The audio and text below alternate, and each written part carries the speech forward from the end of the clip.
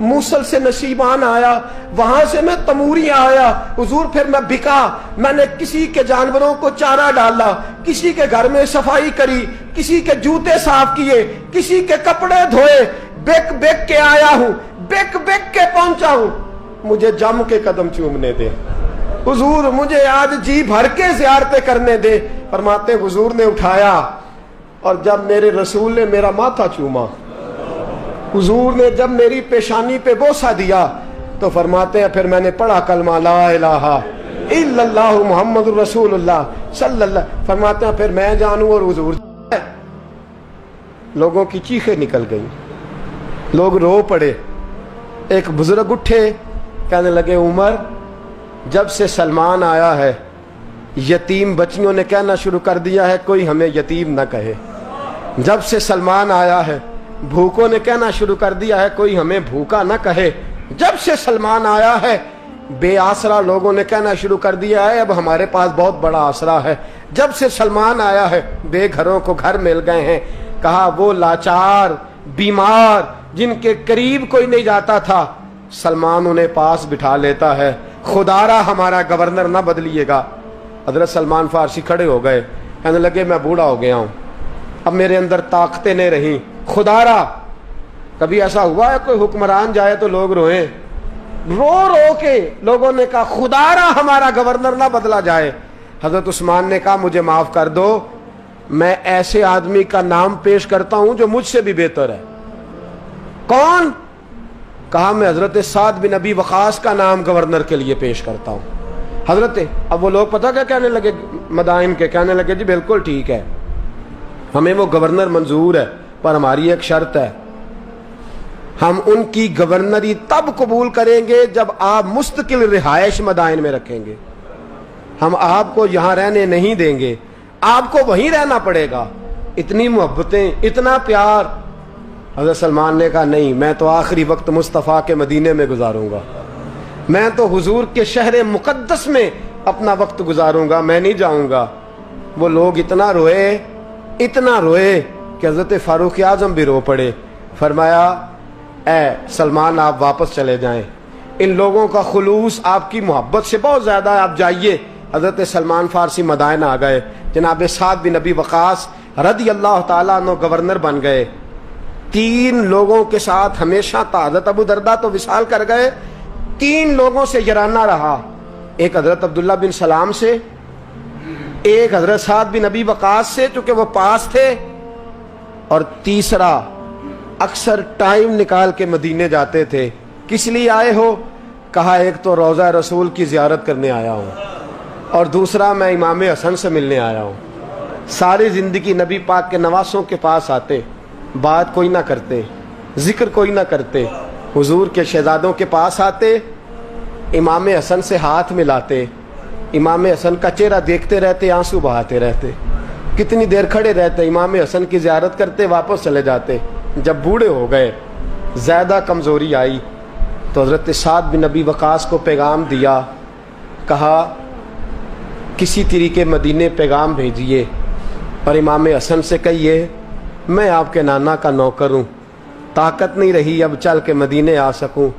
عمر مجھے پابند کر گئے تھے کہ میں نے, حضرت عثمان کا دور آ گیا کہ میں نے اب مدائن میں ہی وقت گزارنا ہے, اگر ہو سکے تو آخری بار ایک بار مجھے آ کے مل تو جائیں. امام حسن آتے ہیں تو مجھے لگتا ہے جلوہ مصطفیٰ کی زیارت ہو گئی ہے. حضرت سعد بن ابی وقاص نے پیغام بھیجا, امام حسن وہاں سے چلے, مدائن آئے. جیسے ہی امام حسن دروازے سے داخل ہوئے, بوڑھے حضرت سلمان فارسی, بوڑھے, نکاحت اتنی ہے کہ اٹھا نہیں جاتا. امام حسن آئے تو حضرت سلمان فارسی نے رونا شروع کر دیا, تڑپنا شروع کر دیا. اٹھنا چاہا تو بستر پہ گر گئے. امام حسن قریب آئے, چارپائی پہ بیٹھے تو حضرت سیدنا سلمان فارسی رضی اللہ تعالیٰ عنہ کہنے لگے حضور میں بڑا پریشان ہوں, میرے لیے دعا کرے. امام حسن کہنے لگے میں جوان ہوں, آپ بوڑھے ہیں, دعا آپ کو کرنی چاہیے. کہا نہیں, آپ سے دعا اس لیے کر رہا ہوں کہ آپ کے نانا سے جو وعدے کیے تھے میں پورے نہیں کر سکا. آپ دعا کریں کہ میں حضور کی بارگاہ میں جاؤں تو مجھے شرمندگی نہ اٹھانی پڑے. حضرت سلمان فارسی رضی اللہ تعالیٰ عنہ سے امام حسن کہنے لگے وعدہ کیا کیا تھا، کیا نہیں پورا کر سکے؟ عرض کی حضور نبی کریم نے فرمایا تھا اتنا مال پاس رکھنا جتنا مسافر کے پاس ہوتا ہے۔ یہ حضور نے مجھ سے کہا تھا، میں وعدہ پورا نہیں کر سکا، دیکھیے میرے گھر میں کتنا مال ہے، کتنا سرمایہ ہے۔ امام حسن کہتے ہیں میں نے مال دیکھا تو ایک مٹکا پانی پینے کا، 2 پیالے پانی پینے کے، ایک مشکیزہ، ایک چٹائی وہ بھی ٹوٹی ہوئی۔ فرماتے ہیں میں نے کل مال کا حساب لگایا تو میں نے کہا حضور یہ تو 15 دینار سے زیادہ نہیں بنے گا، رو کیوں رہے ہیں؟ کہنے لگا امام حسن سے عجیب جملے ہیں، عجیب جملے ہیں۔ کہنے لگے طبقات ابن سعد میں، کہنے لگے اچھا اگر قیامت کے دن رسول پاک نے میری سرزنش فرمائی اور اگر نبی پاک صلی اللہ علیہ وسلم ناراض ہوئے تو اے سیدہ فاطمہ کے شہزادے آپ سفارش تو کریں گے نا میری، آج میری سفارش تو کریں گے حضور کی بارگاہ میں؟ حضرت سعد بن نبی وقاص بھی آئے، رونا شروع ہو گئے، کہا ہاں مجھے امید ہے کہ آپ کی سرزنش نہیں ہوگی، آپ کو بغیر حساب کتاب جنت ملے گی۔ حضرت سلمان فارسی رضی اللہ تعالیٰ عنہ نے وصیت فرمائی، توجہ ہے آپ کی؟ لوگ کہتے ہیں تم نے آج یہ عشق کے ترانے ڈھونڈ لیے ہیں، پتہ نہیں کہاں سے لے آئے ہو۔ وصیت فرمائی امام حسن کو، کہنے لگے حضور میں پرانا نوکر ہوں، پرانا نوکر ہوں اور میں نے اپنی نوکری کرنے کی کوشش کی ہے، اب میں بچوں گا نہیں، اگر میں مر جاؤں تو میری خواہش ہے کہ سیدہ فاطمہ کا بیٹا میرا جنازہ پڑھا ہے، آج نہیں، یہ آج نہیں، بعد مرن دے مکھڑا میرا ہو جاوے جے تازہ، سمجھ لینا محبوب میرے نے آن پڑھیا جنازہ۔ امام حسن نے جنازہ پڑھایا اور حضرت سعد بن نبی وقاص رضی اللہ تعالیٰ عنہ ان کے قریب گئے، کہنے لگے جاتے جاتے کوئی نصیحت ہی کر جائے، تو فرمایا 3 چیزوں کا خیال رکھنا، ایک روایت میں 4 ہیں، 3 کا خیال رکھنا، یا تو جہاد کے رستے میں انتقال کر جانا، یا جہاد کے رستے میں انتقال کر جانا، یا حج اور عمرے کے رستے میں مر جانا، یہ نہ ہو سکے تو قرآن سیکھتے سکھاتے دنیا سے رخصت ہو جانا۔ فرمایا یہاں جہاد کے رستے میں جانا، حضرت سلمان فارسی وصیت کر رہے ہیں، یہ وصیت یاد رکھیے گا، یہاں جہاد کے رستے میں انتقال کرنا یا حج اور عمرے کے رستے میں، یہ نہ ہو سکے تو قرآن سیکھتے سکھاتے جانا، امید ہے اللہ بے حساب و کتاب جنت عطا فرما دے گا۔ یہ وصیت فرمائی۔ جناب سلمان فارسی رضی اللہ تعالیٰ عنہ وصال کر گئے، عجیب سناٹا ہے، مدینے سے نور کی جماعت آ رہی ہے جنازہ پڑھنے، نور کی جماعت آ رہی ہے، نور کی۔ حضرت عثمان غنی خود چل کے جنازے میں شریک ہوئے اور صحابہ کہتے ہیں سفید داڑھی حضرت عثمان کی۔ امام حسن کے پیچھے نماز جنازہ پڑھا اور پڑھ کے پھر ان کی میت کے قریب حضرت عثمان غنی گئے۔ پہلے تو صبر کا پہاڑ تھے اور جب قریب گئے اور جا کر کے ماتھا چوما، اور پھر جب سیدنا عثمان غنی اٹھے تو مقدس داڑھی سے آنسو گرنے لگے، کہنے لگے سلمان میں نے اپنی آنکھوں سے مصطفیٰ کو تیرا ماتھا چومتے دیکھا ہے، سلمان میں نے اپنی آنکھوں سے حضور کو تجھ سے پیار کرتے دیکھا ہے۔ فرمایا لوگو آج سلمان رخصت نہیں ہوا، ہم سے علم رخصت ہوا ہے، حکمت رخصت ہوئی ہے، حضور کا محبوب رخصت ہوا ہے۔ حضرت سلمان فارسی رضی اللہ تعالیٰ عنہ کا وصال کے بعد ایک دن وصال سے پہلے حضرت عبداللہ ابن سلام سے کہنے لگے جو ہم 2 دوستوں میں سے پہلے جائے گا واپس آ کے حال بتائے گا۔ حضرت عبداللہ ابن سلام کہنے لگے واپسی کی اجازت ملے گی؟ کہا ہاں، جو اللہ کے نافرمان ہوں گے ان کی روحیں قید ہوں گی، جو اللہ کے فرما بردار ہوں گے جہاں چاہیں گے جائیں آئیں گے۔ حضرت سلمان فارسی وصال کر گئے، جناب عبداللہ ابن سلام کو ملے، فرمایا بتائیے خدا نے آپ کے ساتھ کیا سلوک کیا؟ تو حضرت سلمان فارسی کہنے لگے رب نے فرمایا فرشتو سلمان سے حساب نہ پوچھ لینا، فرشتوں سلمان سے حساب نہ پوچھ لینا، اس لیے کہ سلمان فارسی رضی اللہ تعالیٰ عنہ کا عالم یہ ہے کہ ان کے دل نے ہمیشہ میری ذات پہ بھروسہ کیا، ہمیشہ میرے اوپر بھروسہ کر کے رکھا ہے، لہٰذا مجھ سے کوئی حساب نہیں لیا گیا، اور بغیر حساب کتاب میری بخشش کر دی گئی.